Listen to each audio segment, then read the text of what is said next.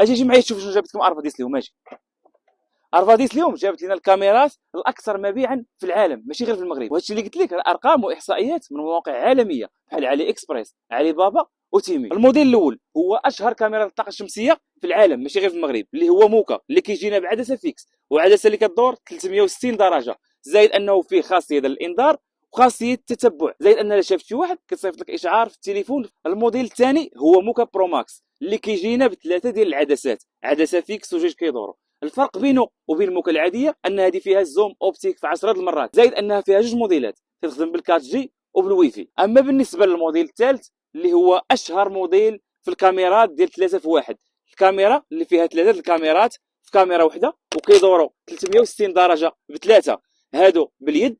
اما هذه فهي فيها خاصيه تتبع، زائد انها تقدر تحكم فيها غير من التليفون ديالك وتحركها في الاتجاه اللي بغيتي. والكاميرات بثلاثه راه كيجيونا بجوج الواح ديال الطاقه الشمسيه مع كل وحده، زائد ارفاديس كتعطيكم كارانتي ديال عام كامل مع كل كاميرا. والا بغيتي الكاميرا ديالك يمكن لك دوز الطلب في الموقع لتحت او تواصل معنا في الرقم اللي كيبان في الشاشه، ولا تجي عندنا للمحل في حي القدس البرنوسي اون فاس مع مدرسه فلك.